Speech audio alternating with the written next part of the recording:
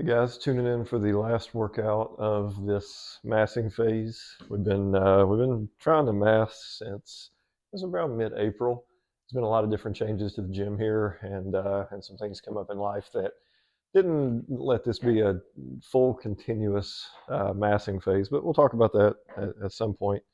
We got the last leg workout today, and we're hopefully gonna hit a repetition PR on the hack squat, push everything pretty close to failure.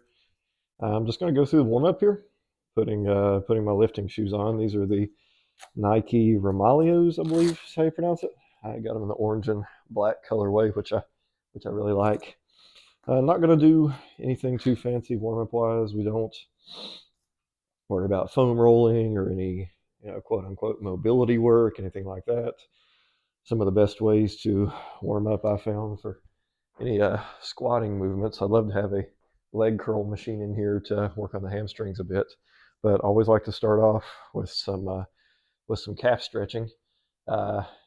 Stretching, there's very small benefits over the long term, but at least acutely, warm up with some ankle stretching here. Let you get a little bit more range of motion at the ankle, which is great for any squatting movement. Multiple different ways to do this. I always like to stretch my calves out on the edge of a bench here and go into a lunge position, trying to push my knee as far forward over my toe as possible, because that's specific to the ankle mobility you need in the bottom of a squat. Some other ways to do this are your classic runner's calf stretch. I just find this works for me. You could also drop your heels off the edge of a step. Try to do that, but this is just really specific to what I'm going for, and it feels pretty good. So we're warming up this way. Going to come back and do this cycle a couple times. Then we're going to do some body weight squats. Start getting the knees loose. Sit in a car nearly all day for my job, working home health physical therapy. So it's good to get some of the tightness out of the old knees there after sitting in the car all day. Side point, I find it hilarious when people talk about don't let your knees go over your toes when you squat. It's really the only way to sit down into a squat. If I tried to do this without letting my knees go over my toes, I'm going to either fall backwards or not use my quads at all and end up hipping the movement up. So I'm going to do a couple sets of those, alternate back and forth between the ankle stretches, and then hop on the hack squat with no weight and start progressing the weight up to the top. All right, first working set for the workout. Let's go for it.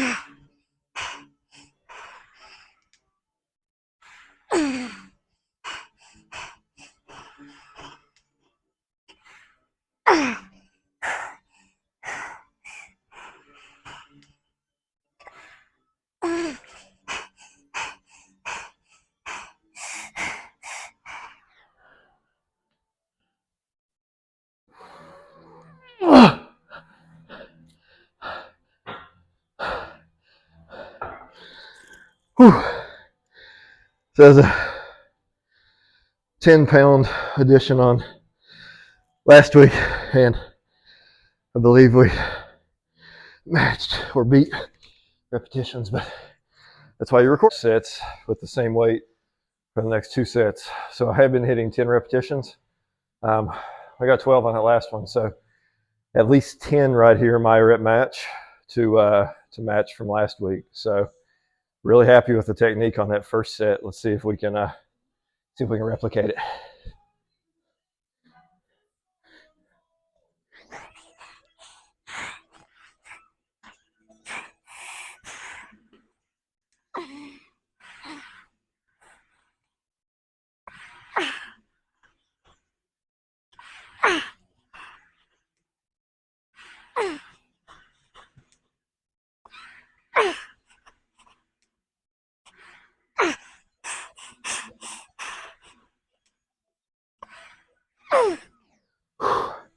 So as the get up there first, going to take a little bit of a rest and try to do some more reps.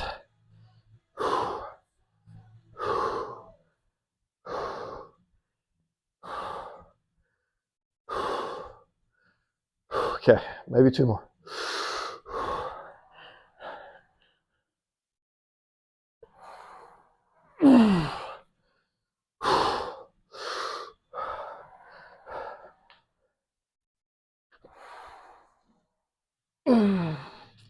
Okay, and a short rest. Maybe 1 rep.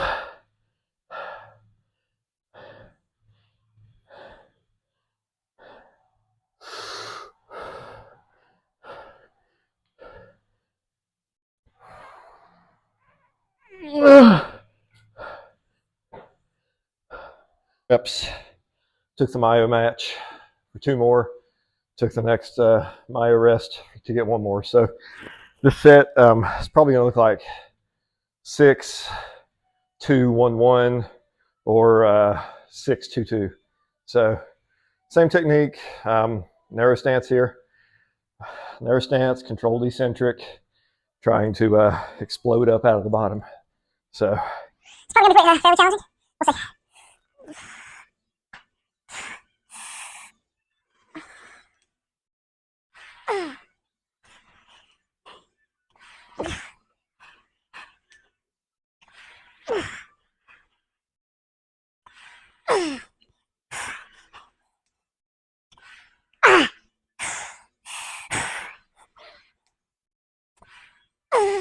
So there's a 6. Get really heavy.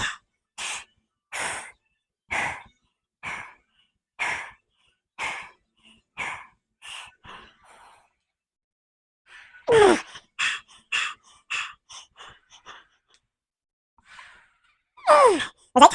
Probably gonna do 1 more.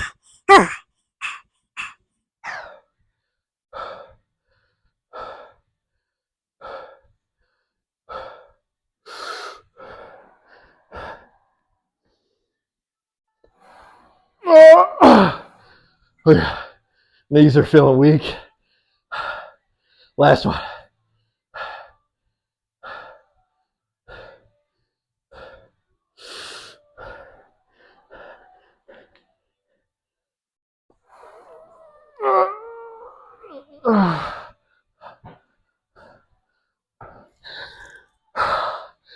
That's my match again.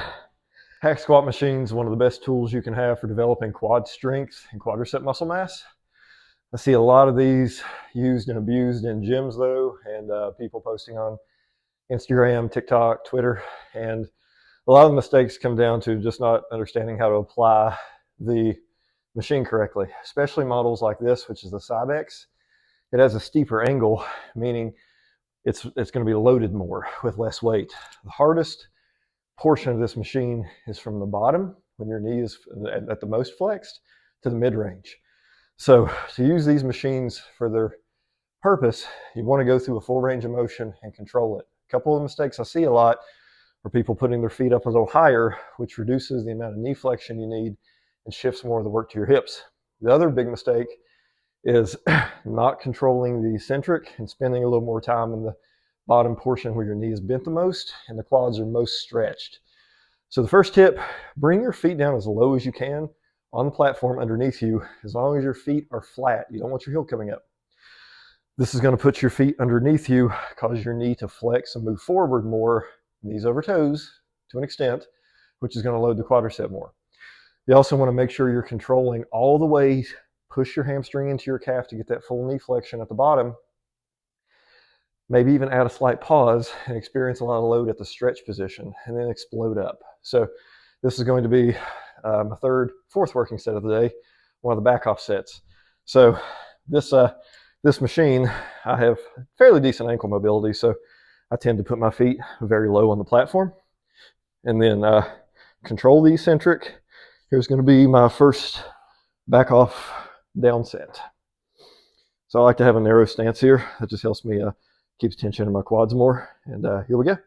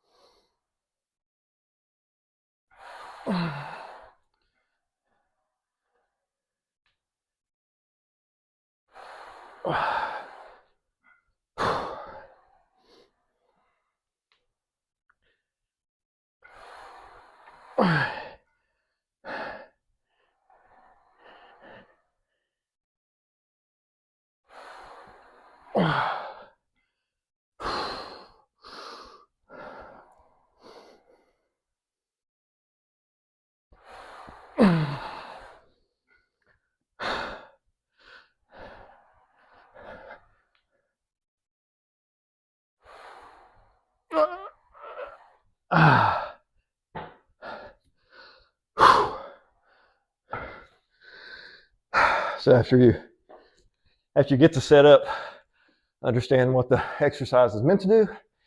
All that matters is executing with good technique, good control, and working hard. So that was 6 sets of hack squats, and I'm feeling pretty fried at the moment, but next exercise, we've got 3 sets of belt squats on the Rogue Rhino.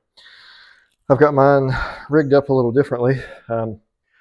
We got 15-degree squat wedges with a stall mat on the top to get a little extra range of motion. And what these wedges are going to do, I'm going to position the cable right over the front of my midfoot. It's really going to put tension on the forward part of the knee flexion. So you'll see here too, as we do this, I'm not going to hold on to the handles after the initial stand up. We're actually going to pull the shorts down a little bit. We're actually going to put our hands on the plates here. That way we aren't tempted to use our upper extremity strength. I'm going to control the eccentric, sit down into it, pause at the bottom, and try to explode up.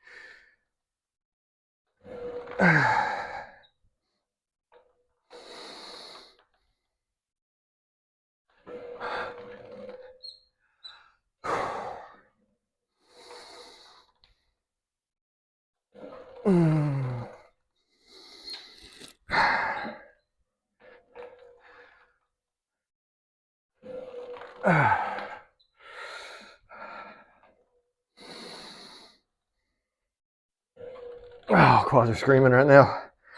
Got one more good one, I think.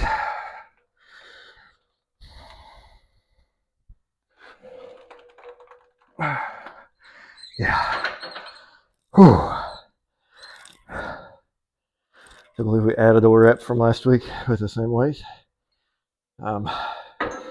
It's pretty exhausting. So finished the 3 sets of belt squats. Matched everything from last week despite going up on the hack squat. So that's progression. This is the road leg press that is identical to the Arsenal design. It's really good. I've been experimenting with the seat and foot placement here. It's a rather new addition. This past weekend I did this with the seat up one notch. It felt pretty good. I'm curious to see if this is the seat set all the way back, if it's going to feel like I'm shooting out the back here, or if it's going to feel pretty good. So I'll try to go with that moderately narrow foot stance again. We got the couple pads in here just for comfort and range of motion. So pretty light on this. I'm pretty cooked already. Just experimenting for this to be in the fat loss mesocycles. So let's give it a shot, see how it feels. So feet, heels came up a little bit there. It's not a bad thing, but let's scoot it up a bit. Yeah, it feels better.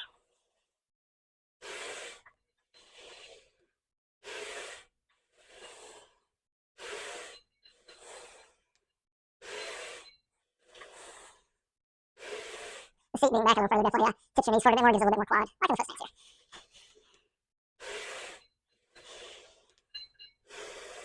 Feeling the burn. Quads are super tired. See if we can crank out 3 to 5 more reps, and then we're going to go immediately into some walking lunges.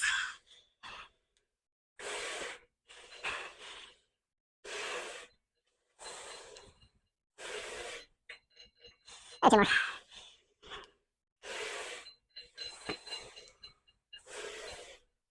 That's pretty good burn. So you see that I'm okay with letting my heel come up a little bit on the pad. Just because, you know, leg press, it's a fixed range of motion, so the odds of injuring yourself are pretty low. Reduces force production a bit, but it's a worthy trade-off for a little more quad tension. Okay.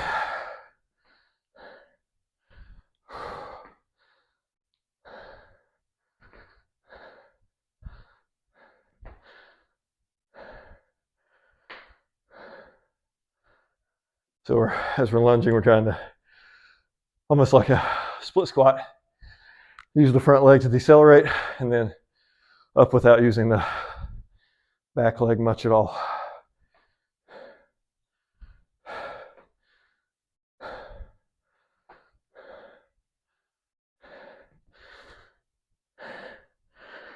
So that's the workout.